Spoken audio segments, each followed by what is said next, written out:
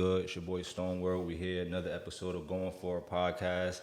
We got a special guest in the building. We got professional boxer KHALIL COE. Let's give it up for my boy KHALIL. What's up, man? Where we got the hand clap going. But all right, what's going on, bro? How you feeling today? I'm good, man. Appreciate you for having me, bro. Word, definitely appreciate you for giving us your time. You know, you got a busy schedule. You got a camp going on, as you was telling us. So if you would give us a little bit of insight, what is that like? What is it, preparing for fights or just going through camp and training? It's real extenuous, as far as like the diet, from the diet all the way to the workout. You get up, you run, come home, you rest, you go to the gym, come home, you rest, you go back to the gym. You see what I'm saying? And it's like during that camp you have to make, those were all the sacrifices I made, the no partying and the drinking and all the things you like to do with your friends, that stuff, you have to put that on like hold at the moment. You feel what I'm saying? So that's pretty much like the hardest part. Training is always like the hardest part. The fight be easy. You feel me? Gotcha. All right, so like I did state off, you are a professional boxer, so shout out to you. And for the people that don't know, if they don't know, they should. Where are you born and raised at? Jersey City, New Jersey.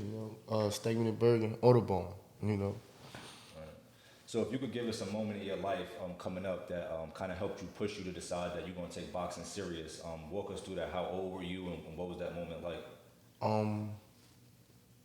I had just got into a fight in like school or whatever, and I had got in trouble. You feel me? I did boy bad too. I did him bad. I ain't even gonna say his name because I be seeing him every day now. I ain't gonna say his name, but I did him bad, and I got suspended from school. I came home, and my mother, she was over it. She was like, man, we gotta do something. So she had took me to Jimmy Dupree's, and that's like my first time stepping into a boxing gym, putting on gloves. I was like, I say 13, and I never looked back, My brother used to beat me up in the boxing gym all the time. That's how he used to get off, without getting in trouble. You feel me? But yeah, that was like, we had a little team. We'd meet up at the gym every day, do the same thing every day. People would come and watch us. And it kind of like, it humbled me. I stopped fighting as much. But when I did fight, it was like really bad. You know what I'm saying? So it definitely helped me. And it helped steer me in a better direction, I will say. What's some advice that you would give somebody that may be in a situation that you were in, getting into a lot of fights and, just getting into, sorts of trouble like that? What's something that you would tell them to help them keep going forward and, stay positive? Definitely, man. If you can fight, man, do something with it.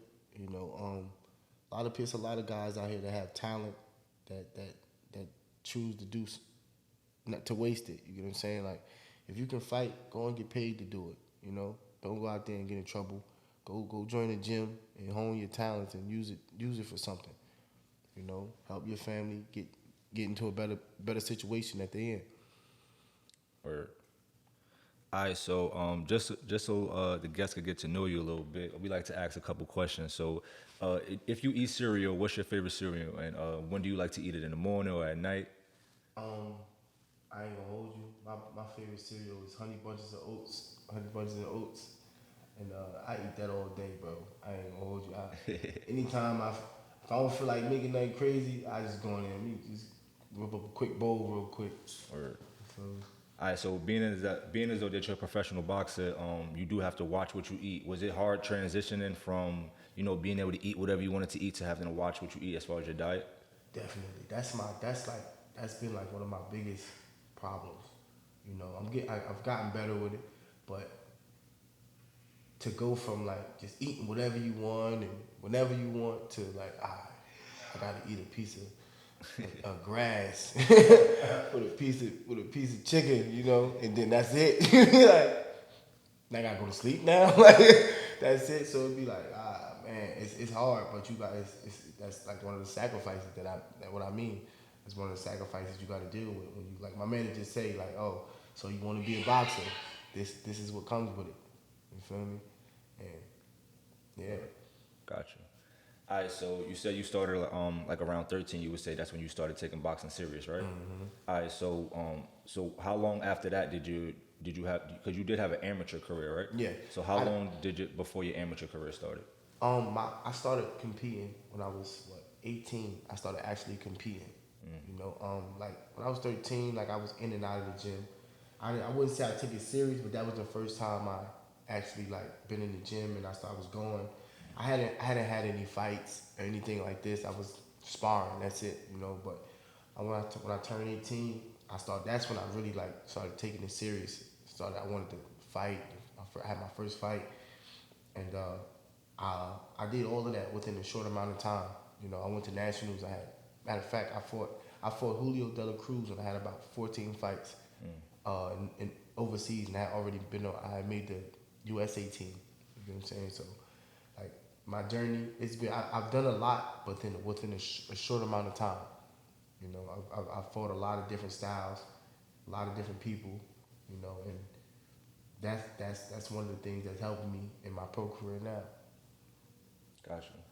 What was it like when you found out or when you knew that you was leaving from the amateur league to becoming a professional boxer?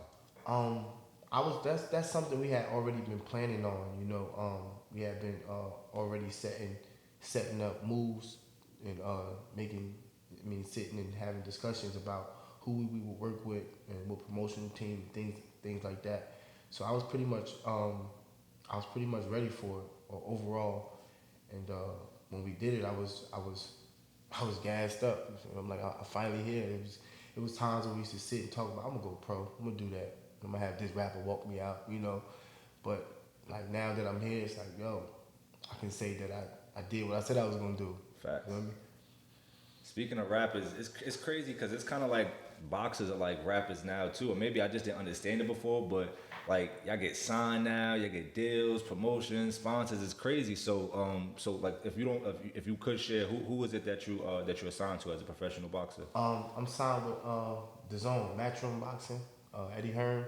Right. For those who don't know, it's an overseas promotional company, newer to boxing, but probably one of if not the biggest promotional team in boxing right now. Nice. You know, and yeah, they've been doing well by me. All right. So far in your professional career, you've had seven fights, correct? Yes. All right. So give us a little breakdown on that. Walk us through that. How those were. I would say my hardest fight was my first fight. You know, I was training like 12 rounds, sparring 12 rounds for camp and to get ready for that fight. You know, even though we were only going 4, and the excitement, the nerves, the pressure, that all plays a part. You know, for the people who haven't got there yet, you know, that's for them. Like, you just gotta stay focused. But for me, it was like we went 2 rounds, and the second round, I just felt like I was gassed. You know, all because like I was trying to make sure that I got the knockout. I wanted to look good for my pro debut, and, you know, and it was all different. It was a lot of pressure on me. You feel me? Like I know I had people come all the way out to see me. You know, me putting pressure on myself, and that was like one of the hardest fights. You know, but as we got further in, I started getting more comfortable. You know, with it now. And now I know, like, I don't have to get the knockout. I'm just going for the win. But if it comes, it comes. And that me thinking like that helps the fight. You know, helps me fight better. You know, and yeah. And just to remind the people, what's your weight class again? Light heavyweight, 175. You know, we been working on getting a 68, and we're gonna see if we can campaign at 68. How we feel down there, and work our way back up. That's some of the things we've been discussing. What's that like changing weight classes? That's not nothing that's like crazy in the boxing world, right? No. That's normal, you know. But usually I would have started at like 68, my debut. But we had a few things in camp. Coming off a big break, you know, I came off a big break in boxing, so we started at 75, and that's just we just haven't, you know, felt it was the right time to do 68. Gotcha. So share with us within these 7 fights, where are some places or one of your favorite places that you traveled to? I think my favorite place so far was Phoenix. What was that like? Um, it was dope, bro. Like, we had we had the from the house, like we rented out a mansion, you know, the cars, you know, the hospitality, just the scenery as well, you know, it was just a different vibe, you know.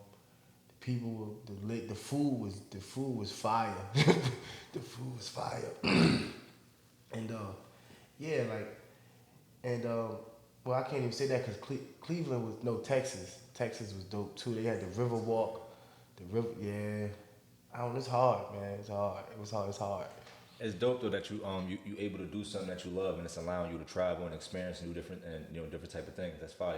Yeah, definitely, man. It gets you around. Boxing takes you all around the world. Seriously. All right, so in your professional boxing career, what's one of the most craziest things that you heard about yourself, like after a fight? You know, like what's one of the most shocking things that you heard about yourself that you just, that just caught you off guard? Man, I be hearing crazy stuff all the time. I'm trying to think of like one of the craziest. I mean, if you did, because sometimes you already you set the tone. Some dude DM me. He was like, bro, you so fire, bro. If anybody say something about you, bro, I swear to God, I'm gonna knock him out.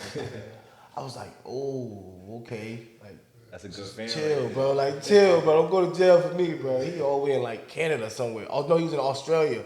I'm like, all right, chill out, bro. I don't want you going to jail. You be like, well, I went to jail for him. Nah, bro, don't do that, bro. But yeah, people be DMing me saying crazy stuff, bro.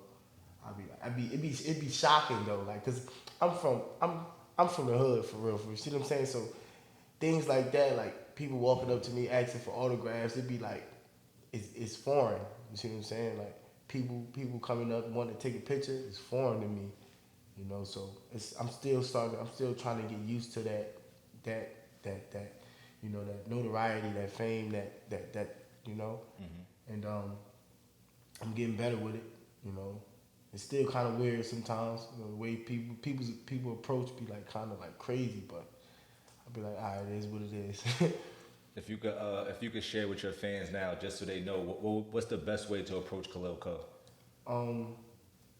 Just be yourself, you know. But some people feel like they gotta, you know, be different.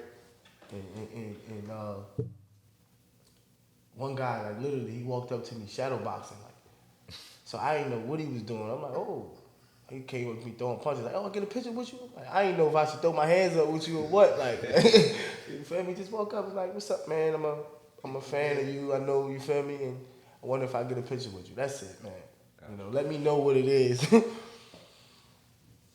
dope. All right, so who are some boxers that you're fans of? Do you have a top 5 boxing list? Oh, over all time or like just right now? Whichever one you feel as though you can give us. If you could give us right now, then give us right now. Right if you now. give us both, give us both. Right now, you got Bud at the top of that list. You gotta come on now. Bud, you know, shout out to Bud, shout out to Spence too. I told y'all that was gonna happen, you know, but it happened. Right after him, Shakur, one of the smartest minds in boxing. After Cole, you have and this gonna sound real biased. It sounds biased. You feel me? I got Keyshawn, I got Jared Anderson. You feel me? This sounds real biased. You feel me? My boy Tiger John. This is crazy, yo. I didn't even think it was gonna sound like that until I started saying it. I'm like, yeah, but why are you saying that it's biased? Because those are like stable mates. You know, those are the guys I was on a team with. We all came out together and turned pro. We were overseas. In other words, cut from the same cloth. Yeah, definitely. Like, so those are like my brothers for real. You feel me? Shout out to all those fellas. Shout out to the guys, man, for real. But yeah, man, like those guys are like in their division, they dominating, bro. And it's like like I said, there's even when we were in the camps, like the amateur camps and USA's, we used to be talking about, yo, we gonna go pro. My uniform gonna be way better than yours. I can show you DMs now, me and Troy or me and Keyshawn talking about, yo, watching you see this uniform. Or you feel me? Like those are the type of things that we talked about back then, and we actually doing it. So that's a hell of a feeling. Word, like I said, shout out to you and shout out to the fellas too. Word. All right, so boom. So we already know that this past weekend it was a fight. We saw that you was at the spot thru the 5. Nobody know about that. Go check them out. They fire. Definitely. You get what I'm saying? So what was your expectations for the fight and when you know what I'm saying? Walk us through how you was feeling during the fight. You had a lot of people in there talking about they was gonna smoke bud and do all this smoking. Smoking is illegal where they at anyway. I told them that before the fight started. I told them that. I told them that before the fight started that the smoking was illegal there, And I knew it was gonna be bad when he came out with the fishing net. I ain't gonna lie, that was the hardest outfit. Yo, it was the hardest thing, everything. That shit was fire. But as far as the fight, I expected it to be more competitive. You feel me? Like, I kind of felt bad for Spence, bro, in a way. You feel me? Just seeing his face, like, he looked defeated. You could see defeat in his face before the fight was even over. You feel me? And I'm a fan of Spence and Bud, but I was betting with my pockets, not with my heart. You feel me? And I knew better. You feel me? I know. I'm like, bro, Bud is a different animal, And for all those guys who bet with Spence, I can see why you bet with Spence. But I feel sorry that you bet for Spence. You feel me? But yeah, man. Overall, man, I commend them guys for even taking that chance and making that fight happen. You feel me? Because that's what we need. That's what we need in boxing. All right, so so in boxing, who would you say you mirror yourself as? Honestly, I have my own style of fighting, to be honest with you. Like that's one thing I find, like, I'm unique in boxing. Like, there's a lot of guys that be like, yo, I can see a guy and they'll be like, oh, he fights like Cole. You see what I'm saying? Like, I haven't heard one person say, oh, you fight like this guy, or you fight like, I feel like I fight like me. I get a lot of, like, different tactics and techniques from guys, from different fighters, but overall I feel like I'm one of a kind. That's dope. All right, so many people say that from your hometown you don't get as much support as you do that you would from other areas. What's your take on that? That's a fact. It's sad to say, but it's true. Like, I can go anywhere other than Jersey, and people praise me in boxing. When you come here, it's like, okay, he's a boxer, it's cool. He's doing, yeah. As to, for example, like, if I go to North, I'm not even from North, but they're over there trying to throw events and parades for me. And I mean, it's cool and all, but I don't want nothing from over there. You get what I'm saying? Like, I want it from where I'm from, where I was born and where I was raised at. You get what I'm saying? And it sucks, but I mean, what can we do? Just gotta just keep working. You feel me? Hopefully they recognize it and see that we gonna be great with or without them. You feel me? For sure. Always gonna keep going forward. Yeah, definitely. Word. All right, bet. So, so boxing requires not only physical strength, endurance, and agility, but it also requires discipline, dedication, and determination. Just to name a few things. How do you mentally prepare for this, and maintain that stability? Me, me and for example, my father, we have things like my pops feels like, all right, like right before the fight, he wants me like isolated. He don't want nobody talking to me. So, but that's me personally. I feel like I feel normal. Like, I get ready mentally by myself, like in my head. I talk to myself, yeah, like I don't. There's not really like a routine that I do to get ready besides like training. That goes without saying. But like mentally, like I just tell myself like it's just another day in the gym, you know, another sparring session. You feel me? So cause that's pretty much what it is. You know, you in there, you fighting. I spar top level guys all the time. You know, we just getting paid at the end of this one. All right, so walk us through the next fight that you got coming up. What are you doing anything different to prepare for that, or is it just the same old, same old? No, it always depends on who we fighting, the kind of fighter we going up against. You know, and as of right now, we don't have an opponent, so right now we just getting in shape, staying fit. You know, cutting weight, until we get that opponent and we start to dissect them and see his flaws and things like that, and that's when we start to implement the different skills and things we need to work on. You know, and while before we get that, we working on the things that I messed up on the last fight. You know, as far as like cutting the ring off, you know, I let the guy out. I could have got him out of there a lot sooner than I did, but I kept opening up and letting him out whenever I had him on the ropes, things like that. So that'll be things we'll be working on early in the camp until we figure out who the opponent is. Gotcha. All right, so you see how you just stated how you peeped something that you noticed in the last fight.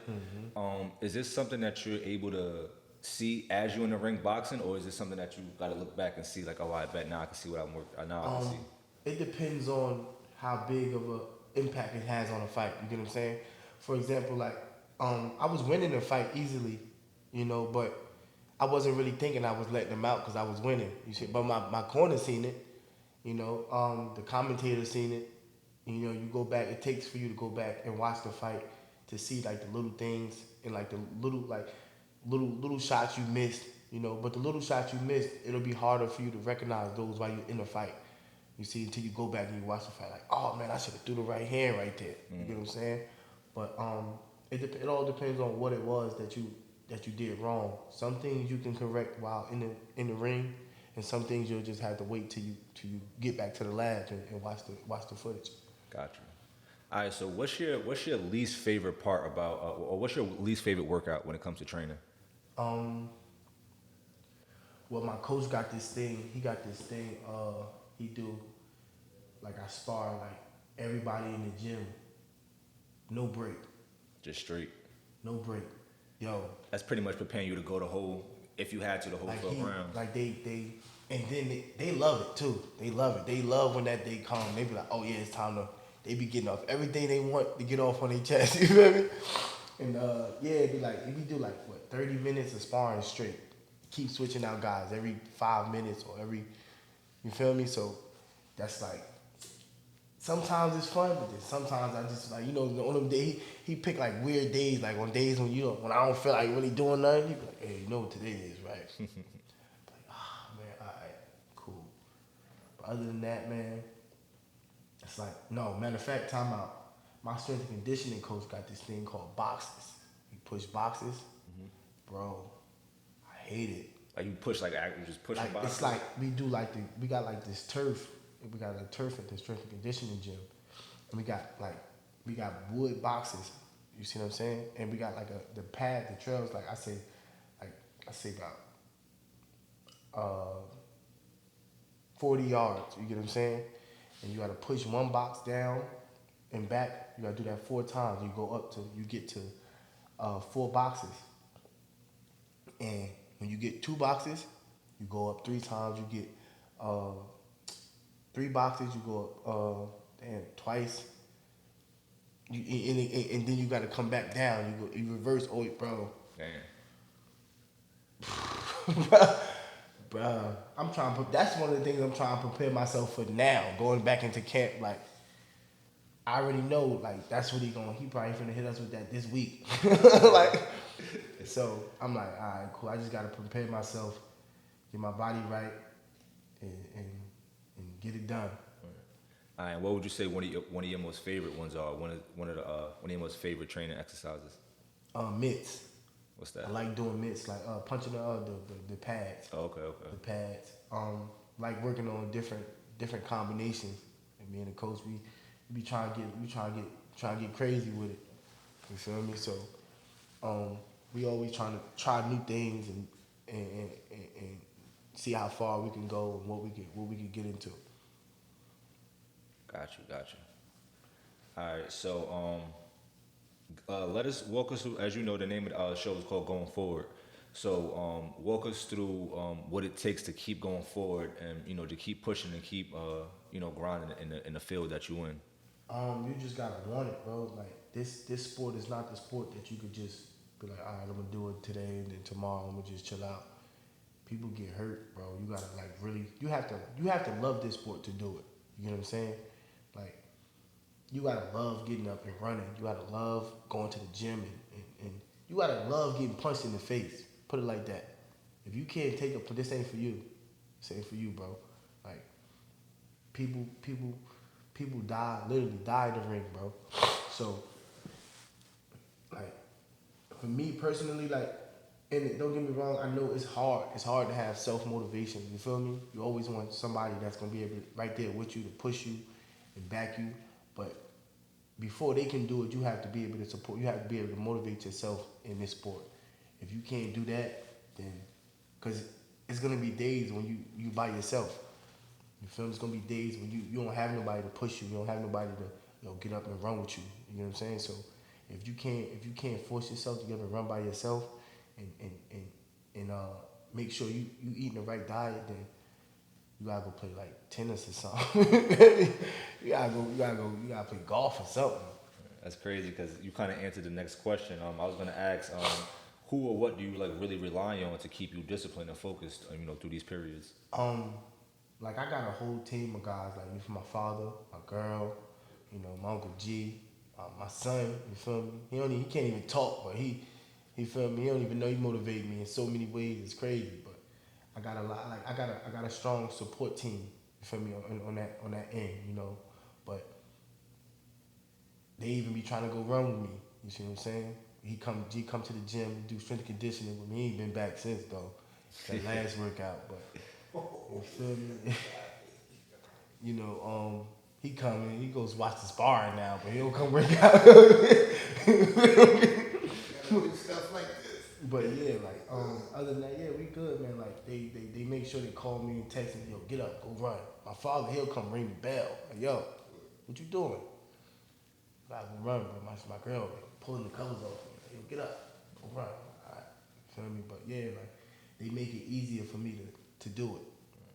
I guess that's where the slogan come from. Yeah. If y'all don't know what we're referring to, pick your mans up. You know what I'm saying? So that's something dope that I see that y'all be promoting and pushing. You know what I'm saying? Definitely. For a positive push. You know what I'm saying?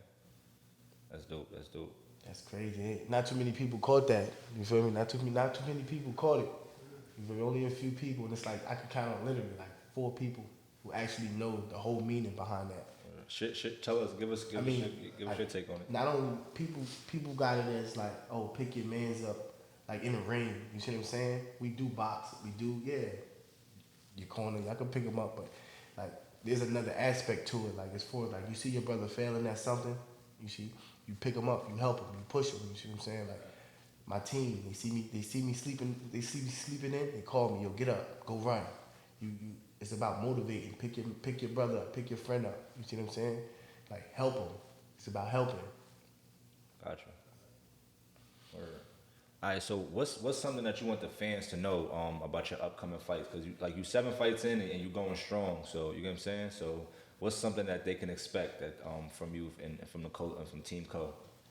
This fight, I'm gonna show a style that they ain't seen me do yet. You feel me? That's what we've been working on. Like, cause a lot of people think, oh, he's a brute. He's strong. He goes in and he bully, and that's not the case. You feel me? Excuse me, but it's. You fight everybody different. You see what I'm saying? So this style, this fight, I'm gonna show them something they ain't never seen before. All right, and what's one of your most what would you say one of your most desirable fights would be? Like you know what I'm saying? Is there a class that you're trying to get into? You trying to stay in your class right now, or like you know what I'm saying? Like is there a certain space that you want to fight in? Actually, I want to fight in Dubai. I want to see how it is out there. But as far as the opponent, I don't really have like a dream fight. Whoever's in my way of getting to that belt, that's my dream fight. You feel me? So whoever's there at the moment, whether it's Bivol, Bear to Be, I don't even know if I said that right. Buatsi, Anthony Yard, any one of them guys is on the menu. You know what I'm saying? And it is what it is. Fire. Definitely want to appreciate you for coming through, bro. Like I said, we know you're a busy guy. If there's anything else you want to share with the fans or share with the people, you get what I'm saying? Feel free, let them know how they could tap in with you. You get what I'm saying? Oh yeah, definitely. Add me on Instagram, KHALIL COE _ on Twitter, KHALIL COE #1. Stay tuned. I got new merch dropping out: hoodies, sweatsuits for the fall, face masks, and we going in. Word. Like I said, make sure y'all tap in, bro. Follow the Instagram so y'all can see when them fights is coming up. Like he said, he got some merch dropping. Y'all already know what to do. Keep following the Instagram, goingforward.podcast, and keep following. If y'all don't subscribe already to YouTube, Going Forward, the podcast. We out.